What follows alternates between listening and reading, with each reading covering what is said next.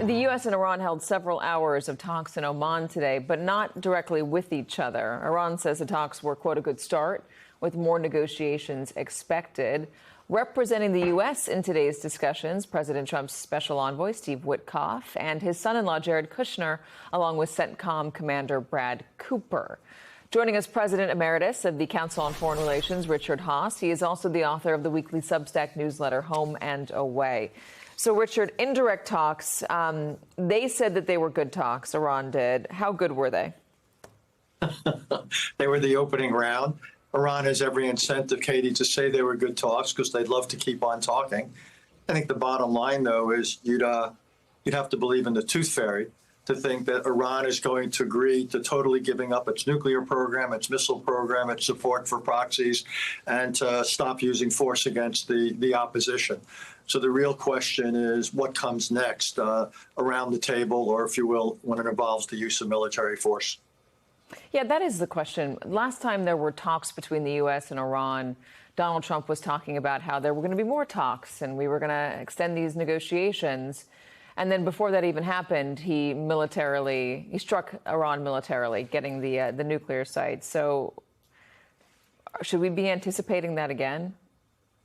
Look, it's possible, but there's no way you could use a limited military strike again to realize all your goals.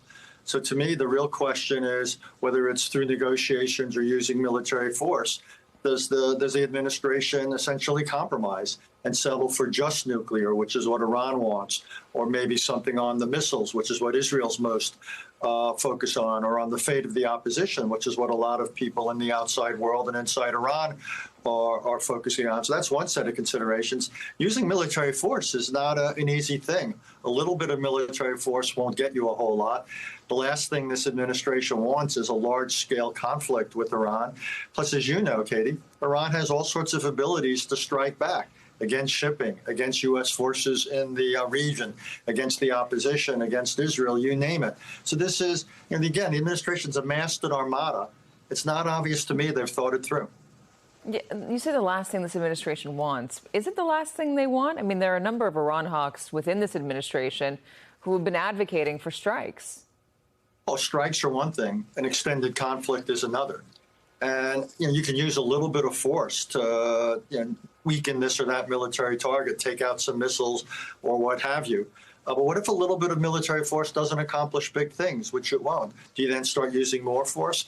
The MAGA base is not interested in large conflicts. That's not why they elected Donald Trump. He hasn't done an extended large-scale use of military force in the first year of his presidency. And I'm unpersuaded that a limited strike like the United States did against Iran last time can accomplish anything close to what this administration has laid out as its objectives. So what is the real hope here? That they're going to come to an agreement? I mean, a lot of people would say you can't trust the Iranians at all, period. Or that the civilian population rises up again, and then at that point there's a way to help facilitate things. What's the real hope here? I'd say none of the above. I'm worried about the opposition rising up because they're vulnerable. Most of the guns are in the hands of the regime and its supporters. I would think the best thing we could do is lower the temperature with military force and raise the temperature with economic pressure. That's the Achilles heel of the Iranian regime.